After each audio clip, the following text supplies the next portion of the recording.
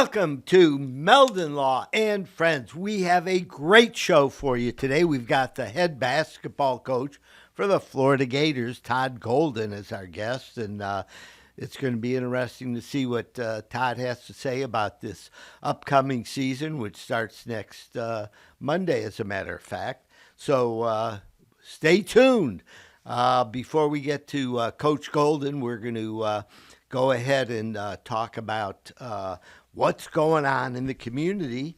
Again, there's lots of crashes that are occurring, I think because the snowbirds are coming down, the students are back in town, the football games are on in Gainesville, Ocala's got lots of action, so please be careful. Realize there's some amateurs on the road. We need to protect ourselves. In the event you are in an accident, I have a free consumer guide entitled 7 Mistakes That Can Wreck Your Florida Accident Case. It'll keep you in the know as far as what to do, what not to do, when you need a lawyer, when you don't need a lawyer. All of the questions are answered. All you have to do is go to our homepage on our website. So it's meldonlaw.com is our website. And right at the top of the homepage, you'll see a little button where you can get a free download of our consumer guide. It's all free. There's also a great consumer guide on what kind of insurance you need. You need to buy uninsured motorist coverage. I'll say it again. You need to buy uninsured motorist coverage because the state of Florida is the only state where insurance is not mandatory for liability. All the insurance that's mandatory is $10,000 in property damage and $10,000 in medical insurance, personal injury protection, and that's just not enough. So please protect you and your family. A couple things going on. So our good friend Elio Piedra is on the air, 2 Fiesta Radio. I think it's 95.7. And the 2 Fiesta Radio 2024 Festival is this Saturday at the Bo Diddley Plaza, downtown Gainesville, from 2 to 10 p.m. It's going to be filled with Latin music, dancing, games, art, good vibes, and lots of great food down there. And the headliner is Willie Chirino, who will be performing at 8 p.m. For those of you that don't know Willie Chirino, I didn't know either, but I found out that he's huge in the Latin community for many, many years, and he is going to just blow it up. Everybody's going to have a great time. A couple other things. November 2nd, chili cook-off in Marion County at the Livestock Pavilion in Ocala. I guess that makes sense. If you're going to have chili, you might as well do it at the Livestock Pavilion. Join the festivities for this renowned chili cook-off. It's in its 43rd year, and they're going to have a competition for the best chili. There's going to be a car show, bake sale, children's area for play music, and everybody is going to have a wonderful time. So again, Saturday, November 2nd, 10 to 4 p.m. at the Livestock Pavilion in Ocala. Williston, we have our new office located in Williston. Come join us right across from Hitchcock's. November 8th, there is going to be a party there, Wine and Food Fest at Homestead Park. Some of the fine wines from around the world are going to be there, and it's going to be tasting and education. So go out there and get yourself educated. I guess if you drink enough, you get higher grades. Anyhow, that's Williston Wine and Food Fest, November 8th from 6 to 8 p.m.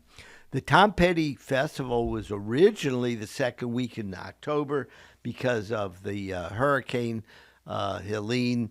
They had to move it, and it was rescheduled till Friday, November 8th to Saturday, November 9th. It's going to be great.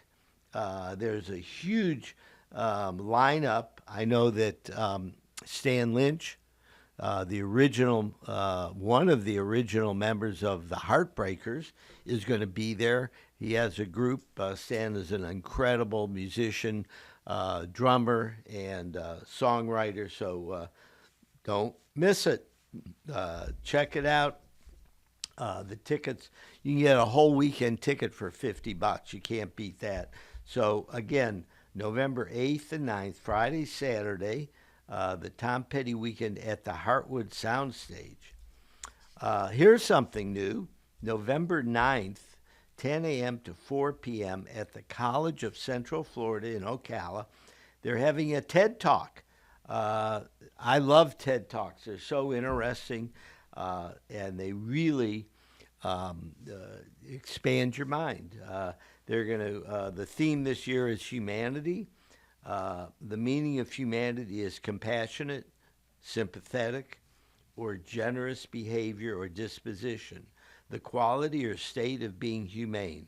It is benevolence, goodwill, sympathy. It can be understanding and kindness towards other people. And I think they're going to explore that, and certainly at a time when a lot of people are running to the extremes, we need to embrace humanity and try to be kind to our neighbors and our friends. So I think that's something really to be looking forward to. University of Florida is playing LSU. That's our next home game, November 16th. We at Meldon Law are giving away tons of tickets. So go to our Facebook page or Instagram page, Meldon Law, and you can spin to win. And great, you enter the contest, and then you can come to our Fan Fest activation right outside the O-Dome and spin to win. But if you go to our Facebook or Instagram page, just put in Meldon Law, and you will be able to get into a contest to win some really great seats for the LSU game. We're always giving away tickets. Volleyball is in swing. Now we've got women's basketball and men's basketball coming up. So there's a lot of really great teams. Shaq's daughter is going to be playing for the women's basketball team. So we got a lot of exciting stuff going on. Up in Lake City, Florida Gateway Pink Crisis Fund for golf is taking place November 16th from 8 a.m. to 3 p.m. at the Quail Heights Country Club.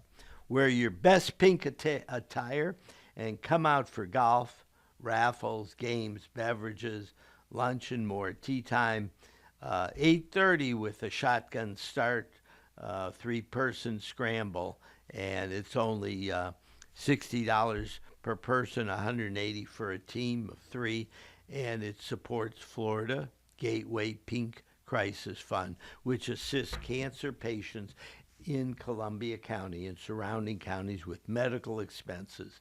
So let's support a great cause. That's what's going on at Meldon Law and within our community in North Central Florida. It's an exciting time. It's fall. Everybody's back. Hopefully, we're done with those friggin' hurricanes for the year, and we can move on to a more normal life. So let's see what we can do to, enjoy ourselves and support some important causes in North Central Florida. We're going to be back in just a few minutes on Meldon Law and Friends.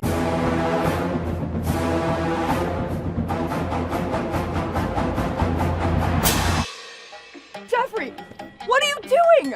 Well, I'm joining the band, of course. Since Meldon Law is the official law firm partner of the Florida Gators, I want to help. Dad, we're litigators. Let's stick to helping people in the courtroom. Well, can we still hang out and jam a little bit? At Meldon Law, we won't back down. I was going down a one-way street and a girl that was driving her car T-boned me on my scooter. I ended up going for an MRI and discovering that I had 2 herniated discs. Coming to Cary allowed me to not have to worry about what doctor I was gonna see or what physical therapist I had to go to. They say, these are the people we trust. You're gonna have a great experience there, and I honestly did each time. Call Meldon Law. Your consultation is absolutely free. And I was in an accident. Someone ran a red light and hit me, and I was hurt. You don't know where to turn. Luckily, I called Jeffrey. These big insurance companies, they don't want you to win. They truly don't. But Jeffrey and his firm and the people that work here, they just really fight for you.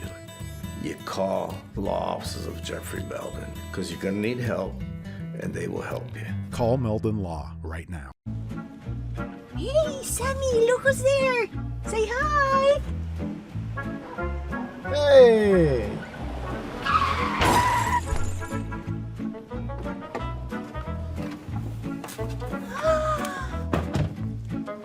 You again. Meldon Law, Jeffrey speaking. Somebody else hit us here. Here we go again. Welcome back to Meldon Law and Friends. It's our great honor today to have my good friend and the head basketball coach for the Fighting Florida Gators, Todd Golden. Welcome to the show, Coach. Hey, how you doing? I'm doing great. Great to be here with you, Jeff. Yeah, it's really exciting. We got the season coming up. I know you got a game next Monday. The home game's a week from Thursday, is it? Yep. Yeah. So it's like, now's the time. It's right? here. It's here. It's been a long off season, but we're less than a week away from our first real game. Well, we're really excited. I know that you've been working hard putting a team together. Before we get into some of the current stuff, let's talk about your background and your journey to Gainesville, Florida. Yeah. I know you were born and raised in the Phoenix area, right? Yeah, born and raised in Phoenix, Arizona. Both of my parents were actually East Coast transplants. My dad grew up in New York. My mom grew up in New Jersey, went to different colleges on the East Coast, and then kind of migrated out west. And you'll like this. My dad moved out to Phoenix in the early 70s after getting an opportunity to join a burgeoning law firm in Phoenix, Arizona after he graduated from Emory Law. So that's kind of how he got out to Phoenix. And my mom followed her parents who had moved out to Lake Havasu, and she didn't want to live there. So she stayed in the Tucson and Phoenix area, and that's where they met. Well, that's pretty cool. I met your mom at a baseball game not too long ago, and your dad's he's still practicing law. He is. He's like you, he's trying to just keep himself busy all the time, working hard. He's been in the personal injury world for almost 4 decades now, and had been a part of that firm that I spoke about before, and in around the early 2000s kind of broke off and started doing his own thing, and has been working with it by himself for a while now. Well, that's great. Having a dad as an attorney, did you learn anything that helped you in basketball? He always told me to stick with the sports and to stay away from law school, So that was a message a little bit. There was a time during my college life where I thought, maybe I would follow in his footsteps. But fortunately, basketball took me to Israel and took me back into coaching. And so I never went that path, but it was discussed for a short period of time, for sure. So I know growing up you played basketball in high school, but you also played baseball. Yeah. I grew up being, baseball was really kind of my first love growing up, just waking up in the summertime, looking at the box scores every morning in the newspaper, and then watching WGN and TBS, when the Cubs and the Braves on every day. And, basketball I loved equally, but, Phoenix it's a summer, summertime sport type environment. You can play baseball year round there. And, both of those sports were obviously a big part of my childhood. Yeah, they have the Grapefruit League. They had the Arizona Fall League, and then I think it's the Cactus League. The Cactus League, out there in Phoenix. And that was kind of my first introduction to Major League Baseball before the Diamondbacks moved into town in, I think, 97 or 95 or whatever it was. Yeah, I grew up in Cleveland, and baseball was huge there. Sure. I was there when the Indians were good, so it was kind of fun. So you wind up going to college at St. Mary's, which is right near San Francisco, right? Right. Yeah. So, in that high school time period, trying to figure out which direction or sport I wanted to try to play. And I was pretty good at baseball. I was pretty good at basketball, but I wasn't good at either to really get a bunch of offers or scholarships, And so I drilled down and focused on basketball my last year and a half and was able to walk on at St. Mary's College, which is about 30 minutes inland of San Francisco, really close to Cal Berkeley, just in that beautiful Northern California area. Well, that's a beautiful area to live. So what was it like, as a walk-on? Because you had to prove yourself. Oh, many a times over. It was great, though, because I played for Randy Bennett, who's actually still, I think he's entering his 23rd or 24th season at St. Mary's now. My first year playing for him was his third season, so that kind of shows the timeline there. But the one thing that he said to me as he was recruiting me and talking about his program was, then it stuck, was that it was a meritocracy. And he didn't care if you were a freshman or a senior, if you were a scholarship player or not. If you gave him the best chance to win ball games, you were going to be on the court. And that was something that resonated with me. And, I went from being a walk-on to a guy that started, 3 seasons for them playing in 2 NCAA tournaments, and it ended up being a great run for us. Well, I know that you had a really good free throw percentage. Yeah. Right? Yeah. We I think you set the record. 84, 83, 84. 83, almost 84%. So this year, Meldon Law is donating $19.71 for every free throw that the Gator basketball teams make, men's and women's, to the Ronald McDonald House. I love it. Yeah, it's a great thing that you do every year, if I remember correctly. And the one thing I'm gonna have to warn you on: this team should shoot the ball better percentage-wise from the line than our teams in the past. So you might have to open that checkbook up a little wider. Well, we're going to challenge them. I'm going to tell them that 85% is my expectation. You can tell them that. I'm not sure we'll be able to reach that on a yearly basis, but we'll give it a shot. So what would you feel comfortable with, 73, 74%? National average across Division I is 70%, 70.4 last year, something like that. I think we finished just above that, 72 or something like that. My goal for this team is going to be in that 74 to 75% range, probably. Yeah, because that would be better than average, and it gives you another leg up. I know that, you've been here in Gainesville 2.5 years now. Just about. And you met your wife, Megan, at St. Mary's, right? Yeah. So how many kids do you have now? We have two. As you said, Megan and I met each other at St. Mary's. She was a great volleyball player in college. And, she has been an incredible part of this journey, and traveling to New York and Alabama, back to San Francisco, now down here, and been an incredible support system and helped allow me the opportunity to coach in all these different places, which has been fantastic. And, we have 2 kids. Our son, Jacob, is 8 years old. And our daughter, Madison, is 6, and they're loving Gainesville. They're having a great time. Yeah, I was wondering how, it's a big adjustment because you were in San Francisco for, 6 or 8 years? 6 years, yeah. 6 years. Yeah. So how's the adjustment been for the whole family? It's been a big adjustment, right? I think, we were living in San Francisco, like you said, for 6 years. The last, 5 of those years with Jacob. I guess Jacob came right when he got there. So he was in San Francisco the whole time, Madison for a majority of it. And it's just a different lifestyle. It really is. There's a lot more space out here in Florida, warmer weather, more opportunity to become a part of the community, I would say, as Gainesville is obviously kind of built around the university, where in San Francisco, our university wasn't as important part of the city, just being transparent. So, we've enjoyed it. There's been your normal kind of growing pains moving across the country. We don't have family as close as we would like, but it's been a great place, and we've really enjoyed it.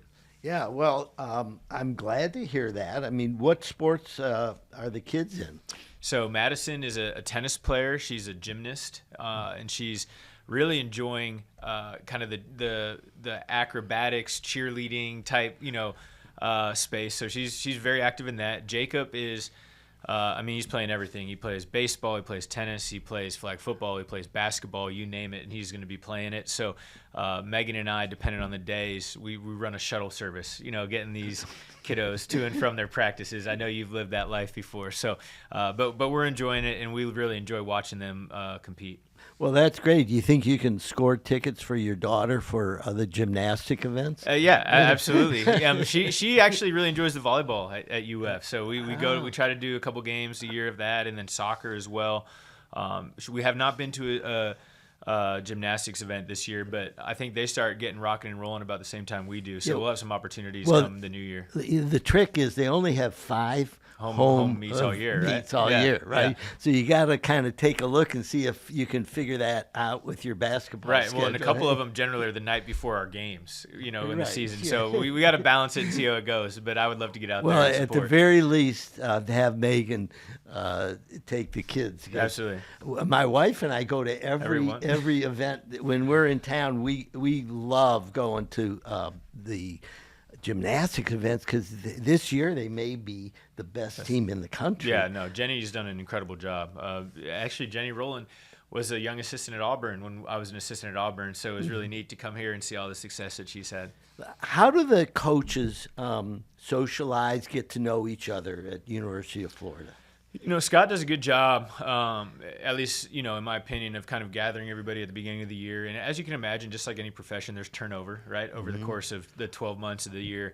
And just in different events before school starts, whether it be at his house or just getting the coaches together for meetings on campus.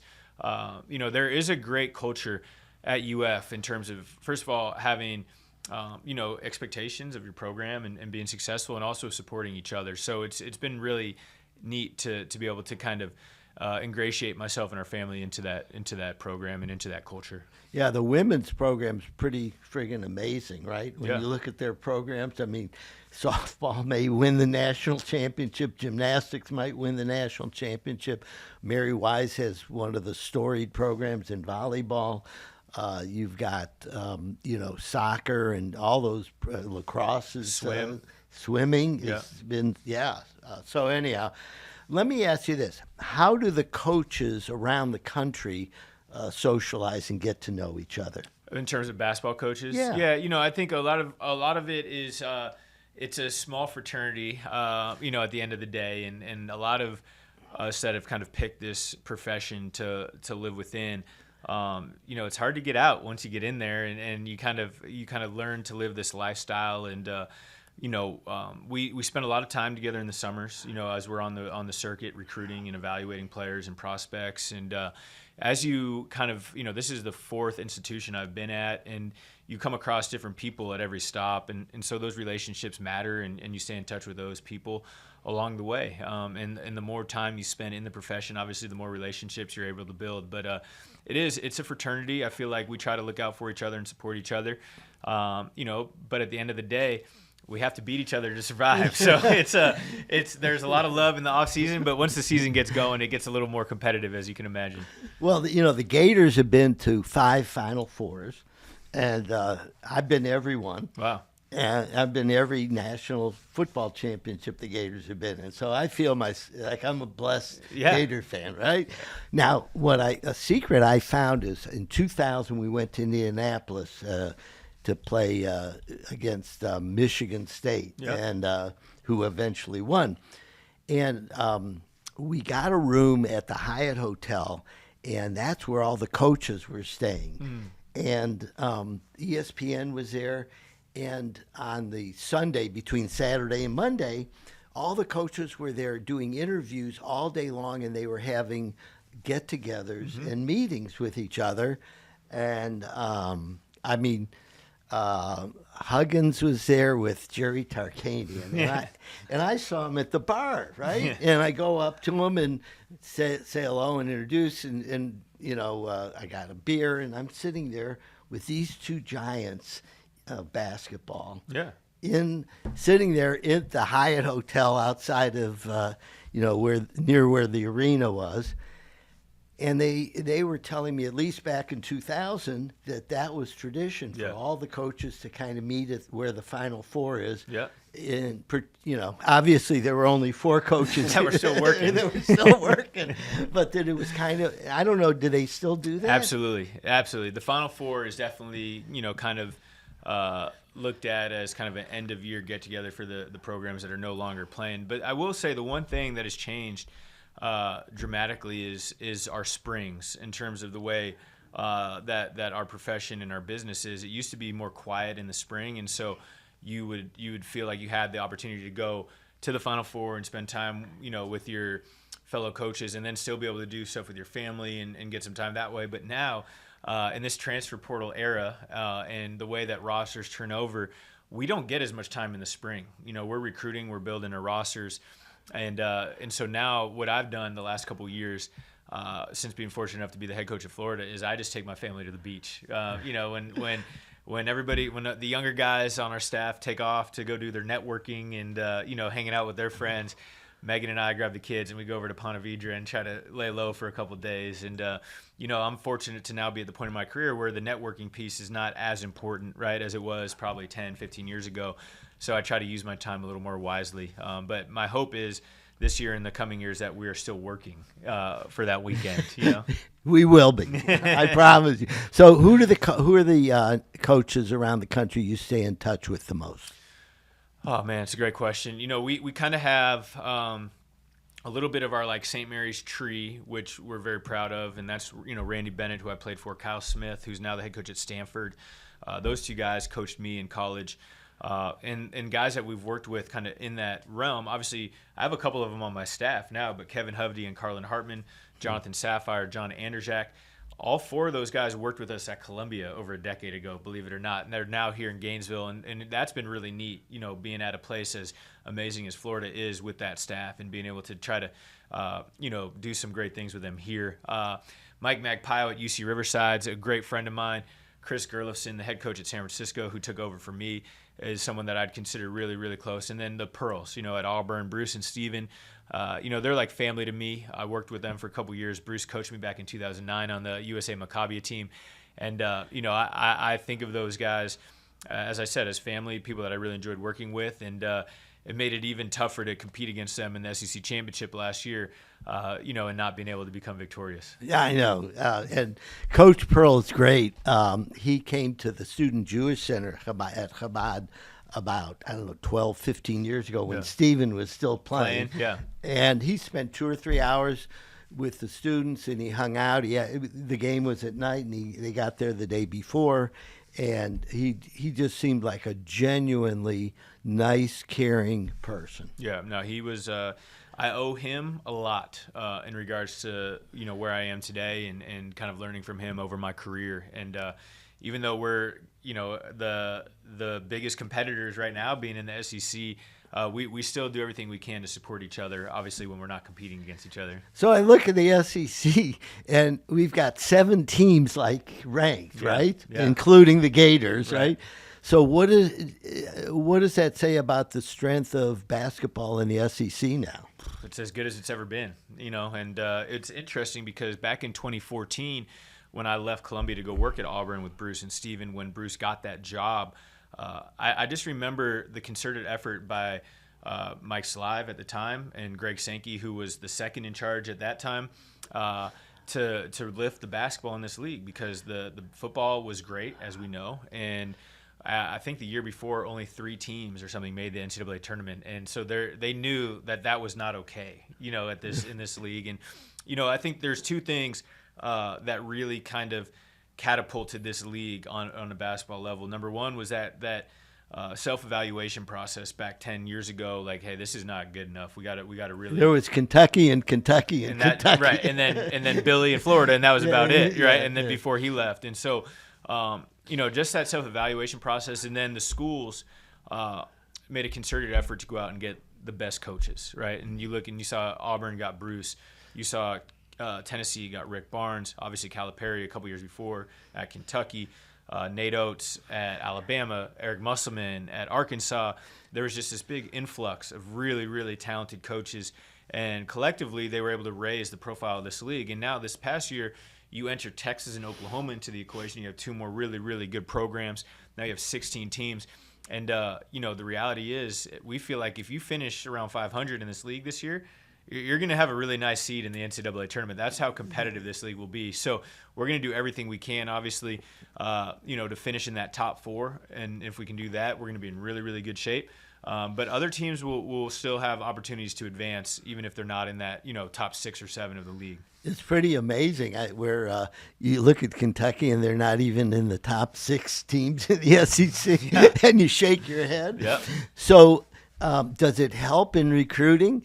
Being in an elite basketball league? Yeah, I think it helps, because the best players want to compete against the best, and they want to prove that they're the best. So I think that is a nice part of it. Here specifically at Florida, I think our history and tradition is something that we really pour into when we talk to recruits. We have our 2 national championship trophies located inside the lobby of our practice facility. So the first thing that our student athlete recruits and their parents see when they walk in are the trophies, and then the Billy Donovan, sign. So, just that history and tradition is what we really pour into along with the facilities. But you know what? Everybody in our league has really good facilities now. We do pour into the academic piece. Obviously, Florida is one of the best public institutions in America, and so we value guys that appreciate that. And then the reality is NIL is also a big part of recruiting right now. That's just the way it is. So we're trying to navigate that to the best of our ability. But Florida is a good place to be able to recruit to. Well, I've been a huge basketball fan. I think back when Norm Sloan came here, he started really getting some decent teams playing here. And I used to go to all the games, so I've kind of seen it evolve. From 1994 when Lon Kruger took us to the Final Four until 2014 when we went to Dallas. Right.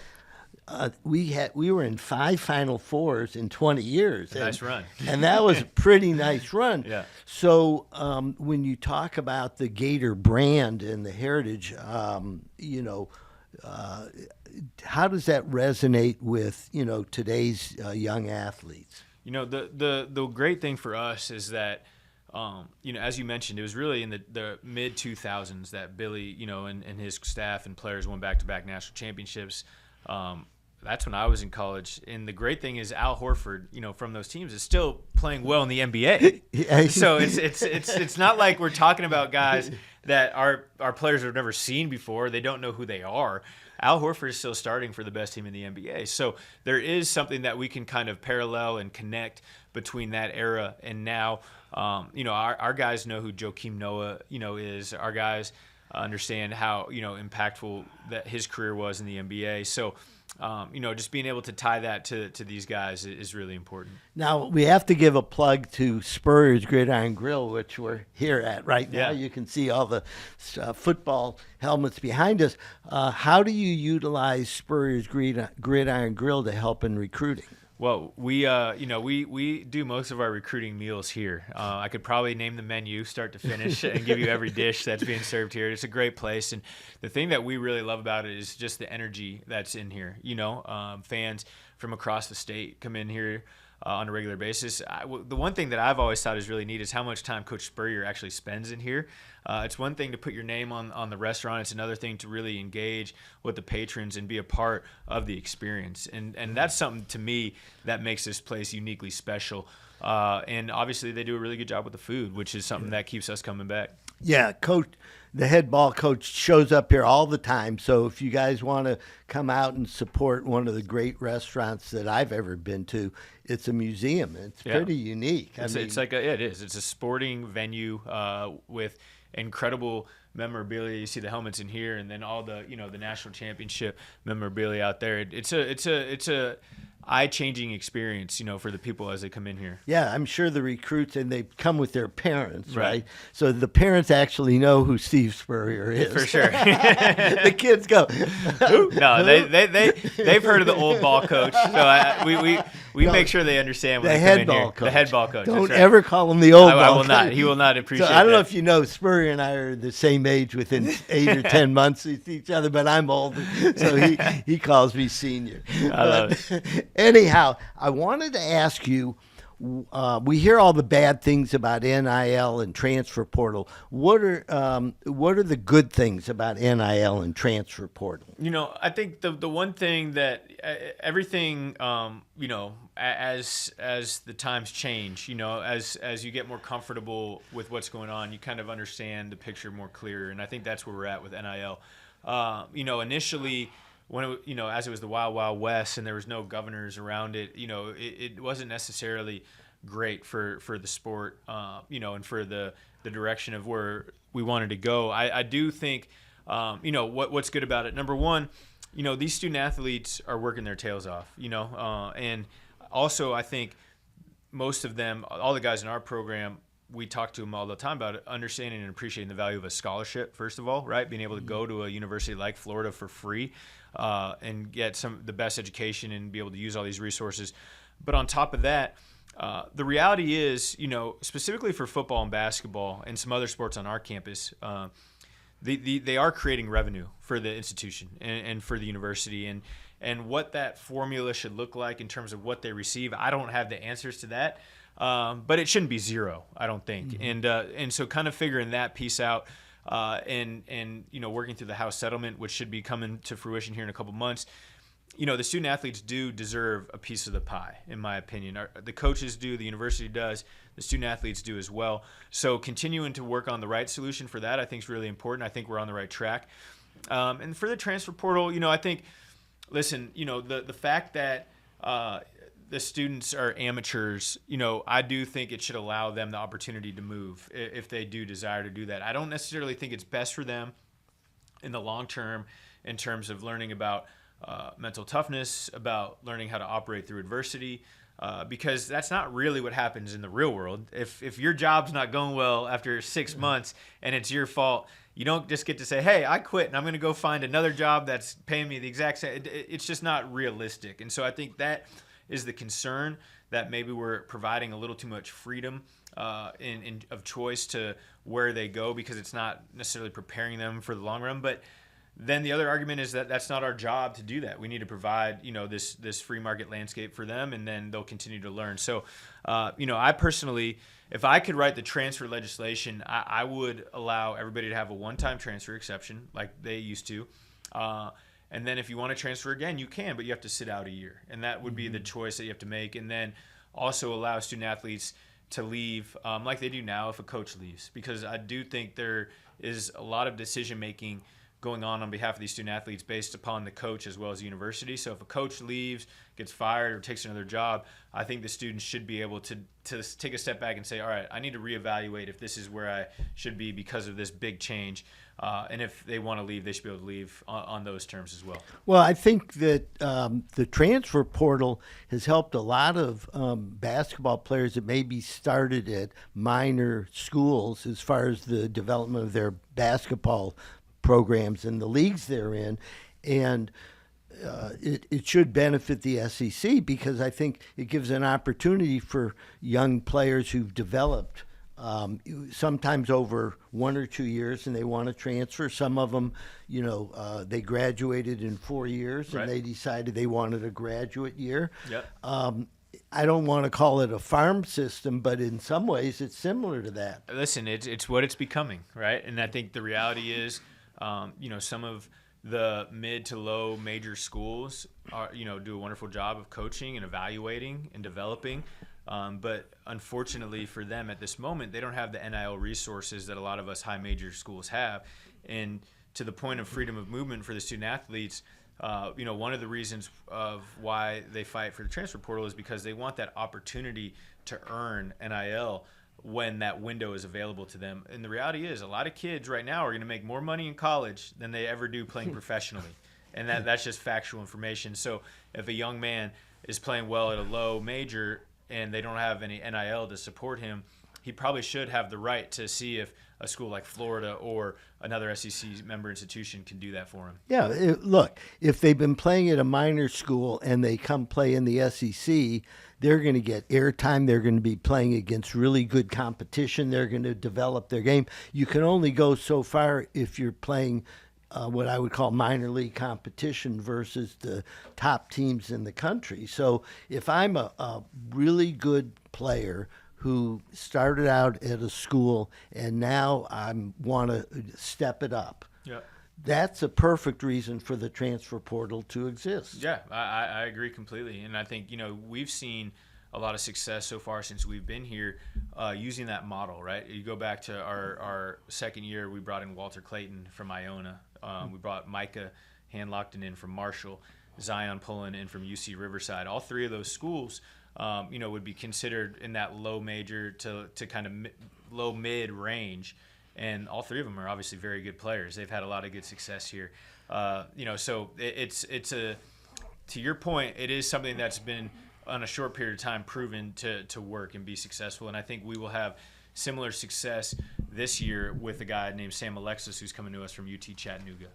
Yeah, I mean, to me, it's great. There's only a few players in the NBA, right? Okay. 350, I think. 350, and only about 2/3 of them play much. Right. So, what about the international leagues? I know you had mentioned earlier you played with the Haifa team from Maccabi Haifa. Yeah. What was that like? It was amazing. It was a great experience. Still talked to a handful of the Israeli guys that I played with while I was over there. And just an experience that, nobody will ever be able to take away from me, right? And just something that I'll continue to look back on now.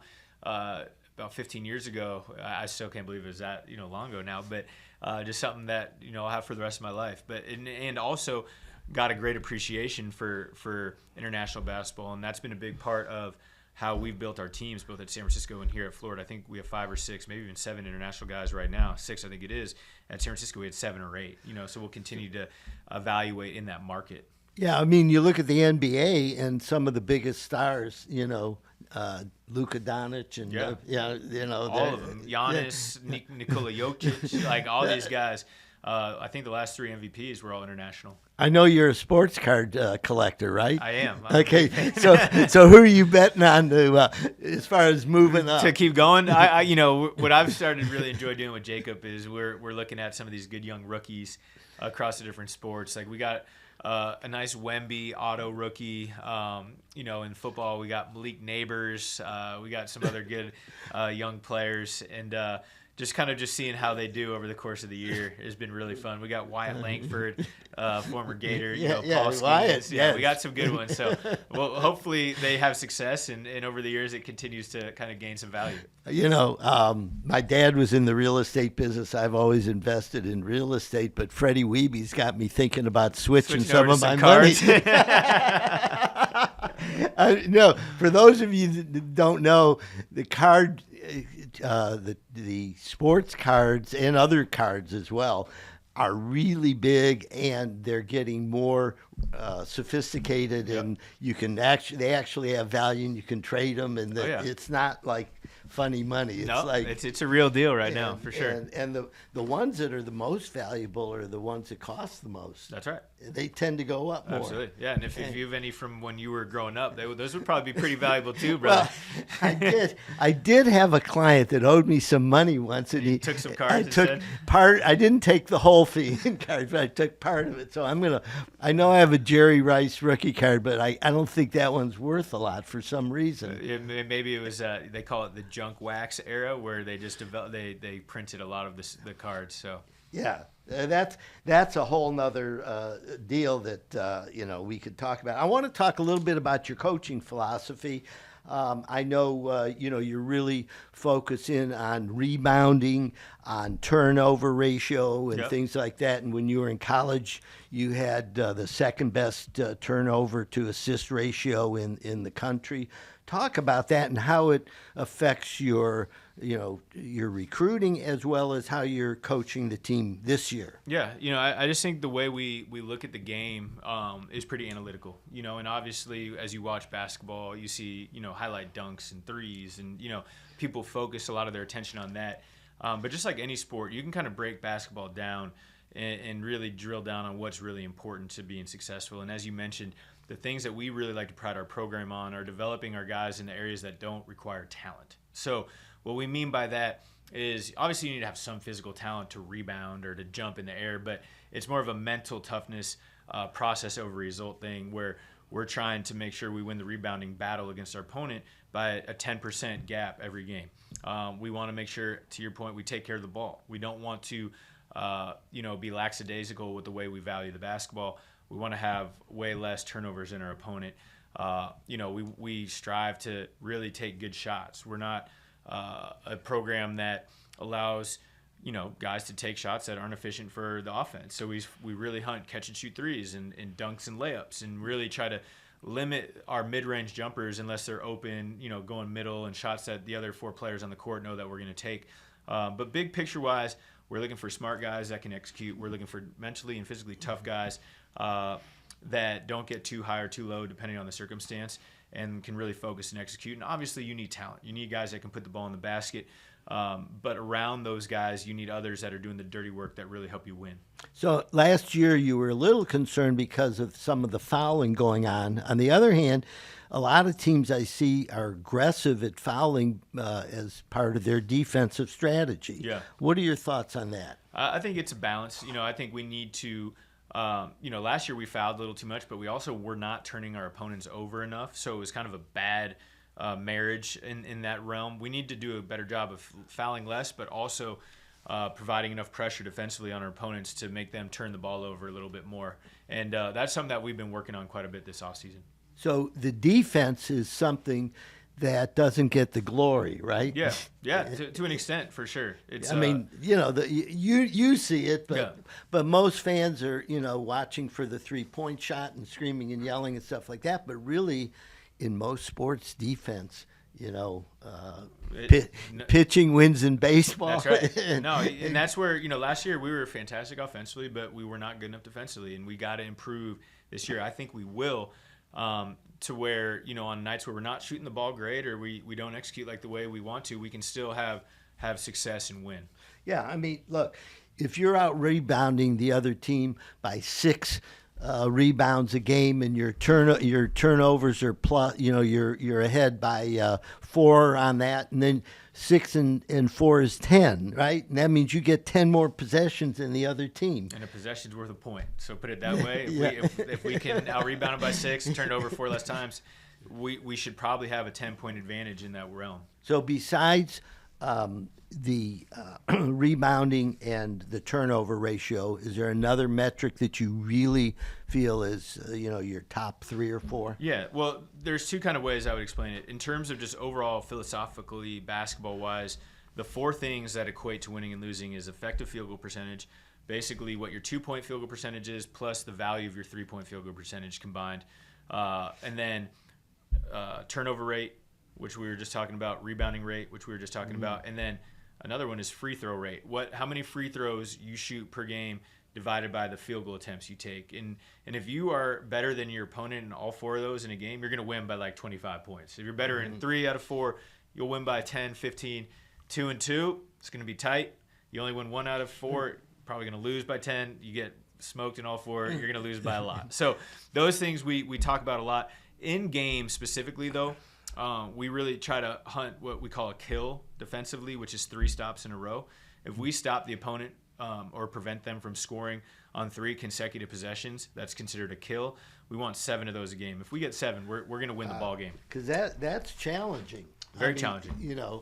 Just to get 1 means that you're doing something right. Yep. So how do you explain to players, during your practice that you're working on this particular defensive skill?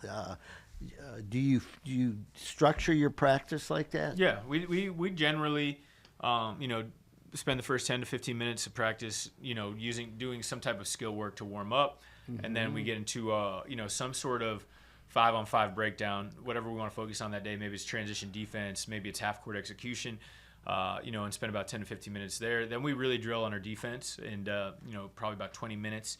Specifically, we call it 2 ends, where we have 2 different stations on each side of the floor, working on different things, and we come together as a team, work on defense. And the guys by the end of that are really, really ready to get to the 5-on-5 action. So then we start playing more up and down. But yeah, we really, we'll break it down to where on one end, we're working on our post defense, and then on the other end, we're working on our pick and roll defense, stuff that's going to show up in the games, over the course of time. So everybody, all the college kids that come to the University of Florida and the other SEC programs and other top programs around the country, their dream is to play professional basketball. Do you also prepare them for the reality that they're probably not going to be professional basketball players? Yeah, I mean, we don't necessarily, spend a lot of time talking about that, but that's something that these guys learn over the time of being here, right? They all get here, and a majority of them were by far the best player on their high school team, and then they walk into a program like Florida where, we're preseason number 21 in the country, and they look around and they're like, well, that guy's really good, that guy's really good, that guy, there's nobody on the team, that they can look at and say, man, I'm definitely. So I would say that initial entrance into the college world is a wake-up call, and over the course of their time here, they're either going to become pros or they're not. And I think, the great thing is we are hunting and recruiting guys that really value the education, like I mentioned before. So I think we have guys that are a little more realistic than other programs maybe. But I want guys that want to be pros. I do. Yeah. I want guys that want to play in the NBA. Because if you don't feel that way, you're not going to make it. Right, especially at the level of the teams you're playing right now. Right. I mean, now what's the interaction with the parents when you go on recruiting trips and stuff like that? How much do you spend talking to them about we're trying to develop them into young men that are going to be leaders? Yeah. Where we had are there programs that actually focus in on that so that the parents feel like, yes, he's going to have a chance. My kid's going to have a chance to, make the pros if things fall right. However, the most important thing is the development of him as a human being. Yeah, honestly, every student athlete that we recruit is different. I think that's the unique thing about it, and it's really, our I would say our approach or our sell is different dependent upon the situation, and the fact, like I said, we want and are looking at guys that are good students, so we want them to understand and value the academic piece. But there are some guys that obviously appreciate what the Florida degree can do, but they're full focus on being pros. So we spend more time talking about basketball. And then for the parents specifically, again, it's talking to them about what is the most important thing to them about their son's experience in our world, and then we tailor our recruiting pitch based off that. Yeah, I think you have to, because there's some folks that are just, going to be focused in on, one thing. However, when they get here, they do have the opportunity. I know at your training facility, it's you have a great training facility, and over at Hefner, I guess they get to meet all the other athletes and socialize. That's pretty cool, isn't it? It's an incredible kind of home base for all these kids to be able to go and eat lunch there every day and see their fellow student athletes. It's really neat. Yeah, and for the guys and girls, they can meet each other and hang out, and No you never know. So we're getting ready to wrap things up. I think we're really very, very excited for the season. What are the home games you've penciled in that look like they're going to be huge games for us? Yeah, I think non-conference, obviously the opener, next Thursday against Jacksonville will be a great game, being able to get back in the O-Dome. It was so good to us last year. We only lost one game in the O-Dome all year last year. So kind of getting that started. And then the SEC ACC Challenge, getting Virginia, at home will be a great game. I don't have the date on the top of my head, but it's the week after Thanksgiving, and that will be an awesome game here at home. We play Southern Illinois, which will be a fun non-conference game here. And, I'm looking forward to hosting Tennessee again in the O-Dome and conference play. We get Texas A&M, we get Texas. We're going to have some really, really good contests in conference play. I think Texas is, I think January 18th. Anyhow, Freddie Weeby and I picked that game for the Meldon Law game. Okay, because beautiful. That's going to be a huge game just because it's a new, Texas is new to the conference. Right. And it is wonderful, I think, that the SEC had the leadership necessary to, bring in Texas and Oklahoma, and before that, the other teams that we've added over the last 10 or 15 years, because it's shown that, the SEC and the Big Ten are basically going to direct the future of college sports. I think that's what we're seeing right now. And to your point, when the great thing about the SEC is people aren't choosing that they come to the SEC. The SEC goes out and chooses you.